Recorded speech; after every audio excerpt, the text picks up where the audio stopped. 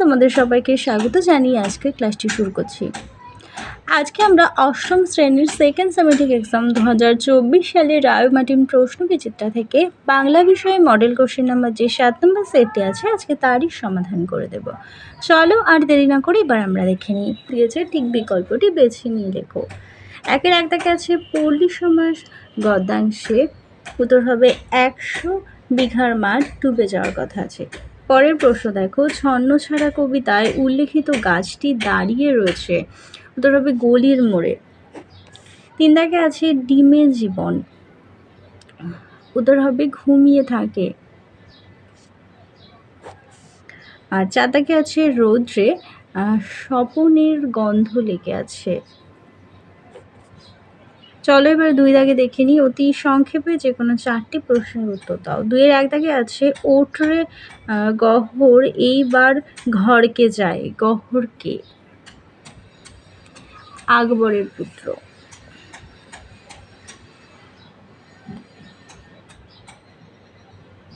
যে তোমাদের পল্লী সমাজ গদ্যাংশটি থেকে দিয়েছে।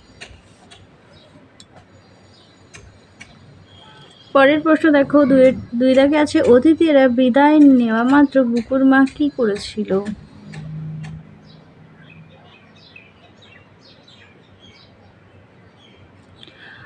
রণচণ্ডী মূর্তি ধারকে মারতে লাগলো।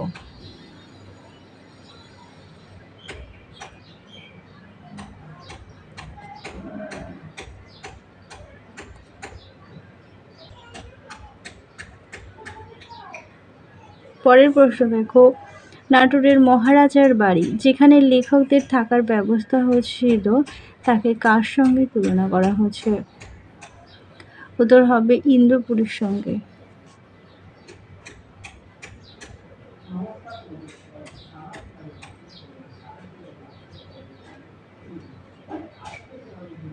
পরের প্রশ্ন দেখো, 4 দাগে কি বলেছে? বাড়িটিকে ভালোবেসে কারা বেড়াতে এলে কিছুক্ষণ থেমে রয়, রঙিন মেঘেরা।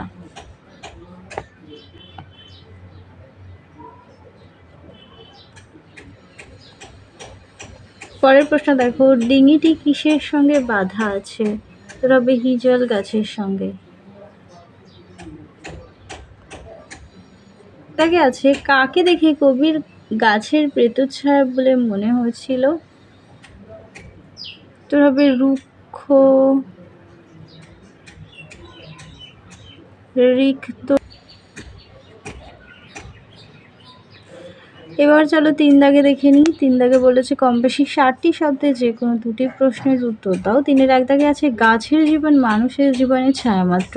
লেখকের এমন উক্তি অবতারণার কারণ বিশ্লেষণ করো।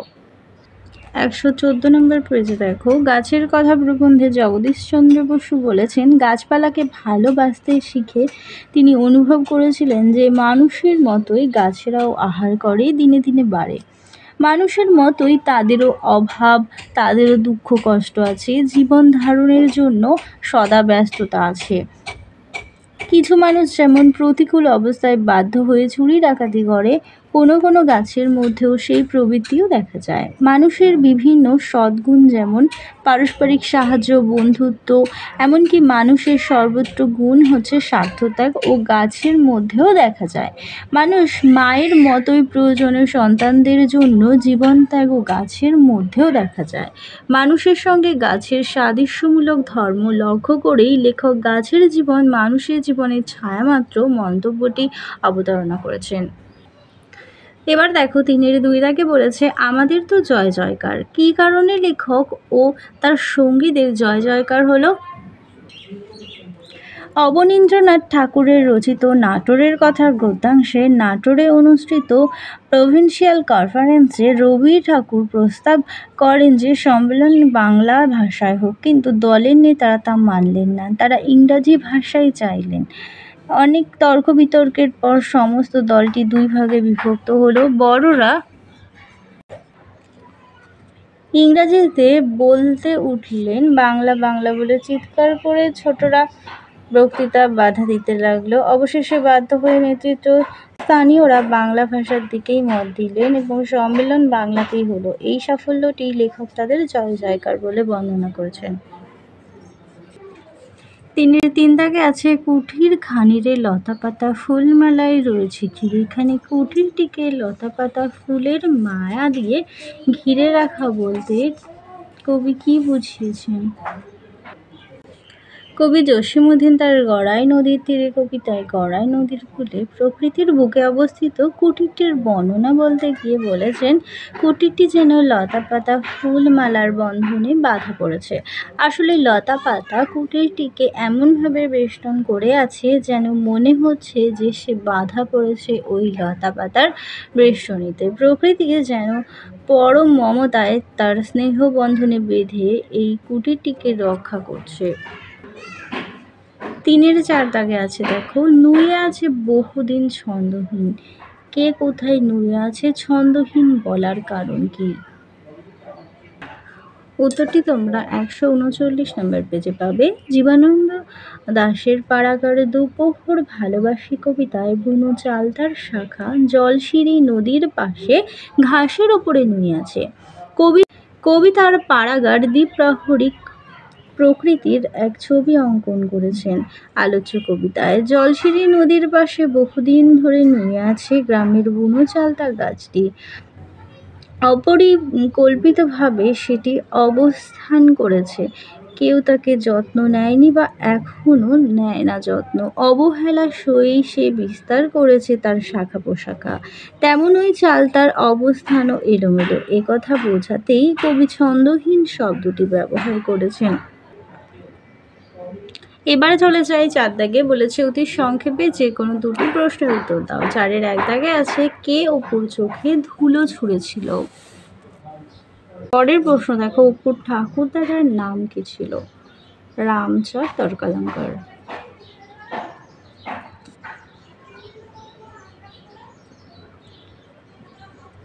পরের প্রশ্ন, হরিহরের বাড়ি থেকে যাওয়ার সময় কাকে সঙ্গে নিয়ে গিয়েছিল? উত্তর হবে অপুকে।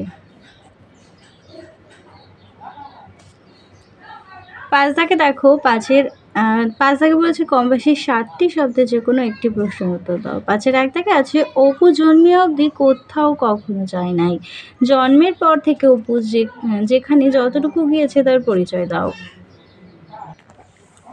অপু জন্মের পর থেকে বাড়ির গণ্ডির বাইরে বিশেষ কোথাও যায়নি। গ্রামের বকুলতলা, গোসাইবাজার, চালতেতলা, নদীর ধার, নবাবগঞ্জের পাকা সড়ক ইত্যাদি স্থানেই সে একাধিকবার গিয়েছে। এছাড়াও গ্রীষ্মকালে মায়ের সঙ্গে নদীর ঘাটে সে গিয়েছে। এর বাইরে সে কখনো কোথাও যাননি। পরের প্রশ্ন দেখো, ২ দাগে আছে অপু ও দুর্গার প্রথমবার রেলের রাস্তা দেখতে যাওয়ার অভিজ্ঞতা বর্ণনা করো। অপু ও দুর্গা চিরদিনই অজানাকে জানার, অদক্ষাকে দেখার পিয়াসী। একবার তারা বাছুর খুঁজতে খুঁজতে নবাবগঞ্জের পাকা রাস্তায় উপস্থিত হয়। সেই রাস্তার ওপারে মাটির পরে রেলের রাস্তা। তখন তারা ঠিক করে যে রেলের রাস্তা দেখতে যাবে। যদিও তারা জানতো না যে রেলের রাস্তা অনেক দূর, তবুও তারা প্রথমেই দমে যায় না। তারা পাকা রাস্তা থেকে নেমে দুপুর রোদে মাঠ, বিল, জলা ভেঙে দক্ষিণ দিকে ছুট দেয়। নবাবগঞ্জের লাল রাস্তা, রোয়ার মাঠ, জলছত্রতলা সব পেরিয়ে তারা এগোতে থাকে। কিন্তু একটা বড় জলার সামনে এসে দুর্গা পথ হারিয়ে ফেলে। কোনো গ্রাম তার চোখে পড়ে না, শুধু ধান ক্ষেত, জলা আর বেতঝোপ দেখতে পায় তারা। এই বেতঝোপের মধ্য দিয়েই তারা চলতে পারে না, পা পুঁতে যায় পাকে। শেষে তোমরা লিখবে যে নানান বিপদের সম্মুখীন হবার পর তাদের আর রেলের রাস্তা দেখতে যাওয়া হয় না। এবার দেখো ৬ দাগে, ৬-এর ১ দাগে আছে যে বাক্যের মাধ্যমে আদেশ, উপদেশ, অনুরোধ ইত্যাদি বোঝায় তাকে বলা হয় অনুজ্ঞাসূচক বাক্য। পরের প্রশ্ন, যে, সে, তিনি, যিনি, তিনি, তাকে, যাকে, তাকে, এগুলো হচ্ছে সাপেক্ষবাচক সর্বনাম। পরের প্রশ্ন দেখো, তোকে নিয়ে আর পারি না। রেখাঙ্কিত অংশটি হলো, উত্তর হবে অব্যয়। এরপরে আছে বরুণ ছবি আঁকছে, নিম্নলিখিত অংশটি হলো ক্রিয়া। ক্রিয়ার মূলকে বলে, উত্তর হবে ধাতু। এরপরে দেখো তোমাদের একটি চিঠি আছে, যে চিঠিটা আমি আলাদাভাবে তোমাদের দিয়ে দেব। তাহলে চলো তোমাদের 7 নাম্বার পর্যন্ত মডেল সেটটির সমাধান করে দিলাম। ভিডিওটা ভালো লাগলে অবশ্যই লাইক, কমেন্ট ও বন্ধুদের সঙ্গে শেয়ার করতে ভুলো না। সবাই ভালো থেকো, সুস্থ থেকো, টাটা।